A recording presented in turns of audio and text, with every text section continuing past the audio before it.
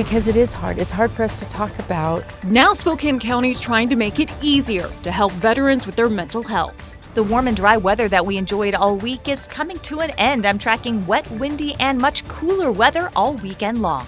And Israel and Hamas agree upon a ceasefire deal. Now what's next to ending the war in Gaza?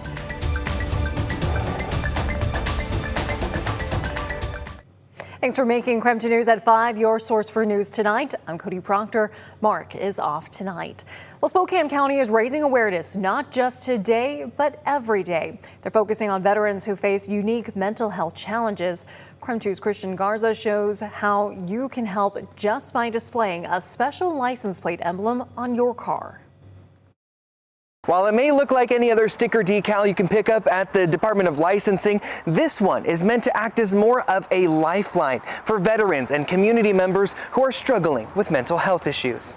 According to the Washington State Department of Veterans Affairs, Spokane County is home to close to 40,000 veterans and military personnel. It's a different atmosphere. Veterans like Terry Fowler, who served in the Army for 40 years before retiring here to Spokane. Try to just be normal, but what's normal now?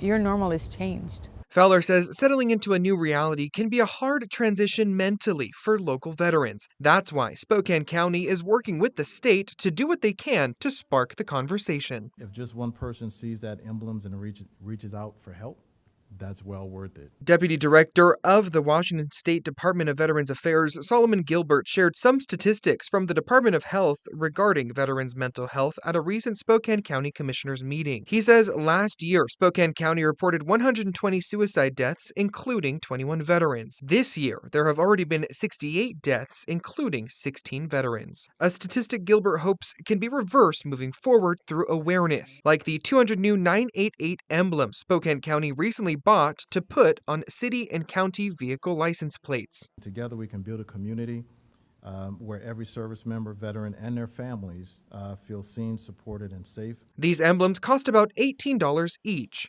Funds raised will support community-based suicide prevention programs and provide grants to organizations helping those at risk. Fowler says everyone's journey is different. However, stigma around this often untalked about hurdle can and will get better through awareness. Because it is hard. It's hard for us to talk about what we went through, and it's scary.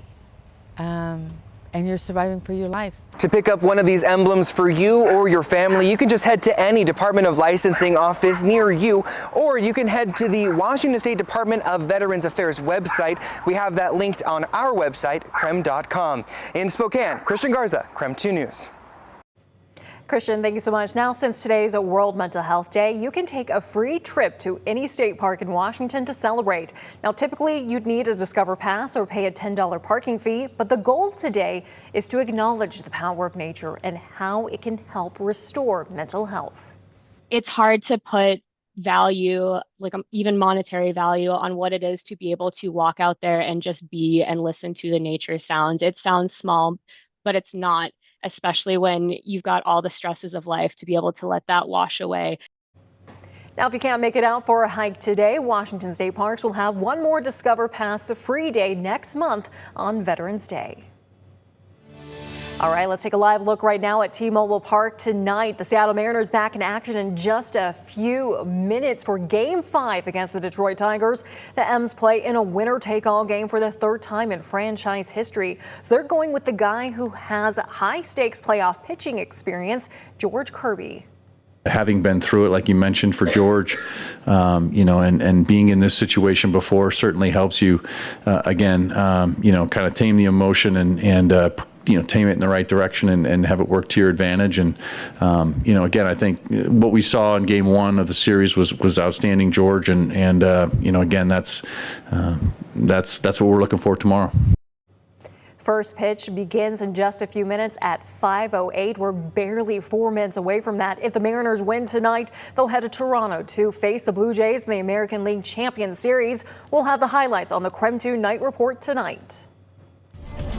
In the meantime, when we talk about our forecast, rain could be in our region this weekend, paired up with some cooler temperatures. But as we check in with meteorologist Michelle Boss right now, the Outdoor Weather Center, you actually got really lucky earlier this afternoon. Yeah, nothing on radar right at 4 o'clock. And then at about 4:15, we had a shower move through right here over the South Hill. But luckily, I was not out here at the moment. And the sun's back out. It's beautiful out here. Still warm today. And in fact, we did hit 70 at the Spokane airport today. Don't think we're going to see temperatures that warm again for the rest of the season. But enjoying the warmth out here while we still have it. Still have about an hour, 15 minutes of daylight. 67 degrees at the Spokane airport. Still some lower 70s across central Washington. Just take a look at satellite and radar. Yeah, you can see a few of those showers that kind of moved up from the south. Coeur d'Alene, if we can zoom in a little bit more, see another shower moving through. It could be a brief little downpour there in the Liberty Lake, Post Falls, and Coeur d'Alene area in the next half hour to hour. But otherwise, we are going to see increasing chances for wet weather tonight, and you're going to be dodging showers off and on all weekend long, and we'll see a big temperature drop with highs only in the mid-50s tomorrow. We may not even make 50 degrees on Sunday. More rain that day and some lingering showers early Monday morning with a high only around 50. Michelle, thank you so much. Well, family, friends, and attorneys are now preparing themselves to go back to court for a case thought closed 15 years ago. Justin Crenshaw, convicted of brutally stabbing 2 young people in Spokane, will get a new sentence. KREM 2's Shannon Mowdy explains why tonight. For the last 15 years, Crenshaw has been locked away for life, except a change in state law now means he's eligible for resentencing, set to happen early next week. Early Monday morning, Justin Crenshaw will be back in a Spokane County courtroom more than a decade after he was convicted of a brutal double homicide. Also expected, friends and family of his victims. We and a jury find the defendant, Justin W. Crenshaw, guilty of the crime of murder in the first degree. Crenshaw was found guilty of killing Sarah Clark and Tanner Pell in February 2008. Prosecutors say he set Pell's house on fire to hide his crime after stabbing his friends multiple times with a sword. He was sentenced to life without parole. It doesn't really change things for us. We still don't have Sarah. It was a long 2 years. Too long to be without Sarah. So ready to get on with our lives. 2.5 years of scenarios. The scenarios are gone. We can sleep again. But now that life sentence and Crenshaw's age at the time of the crime mean he will get a new sentence. In 2021, Washington's Supreme Court ruled mandatory life sentences for offenders younger than 21 are unconstitutional because they're still developing mentally. Crenshaw was 20 years old when he killed Clark and Pell. The Spokane County Prosecutor's Office is requesting Crenshaw be restrained during the hearings because he's received 18 serious infractions while in maximum custody. Crenshaw was indicted in 2022 for murdering another inmate in a Virginia Supermax prison. Crenshaw's resentencing is set to happen over 3 days starting on Monday. We'll bring you updates from the courtroom as the story develops. Shannon Mowdy, KREM 2 News.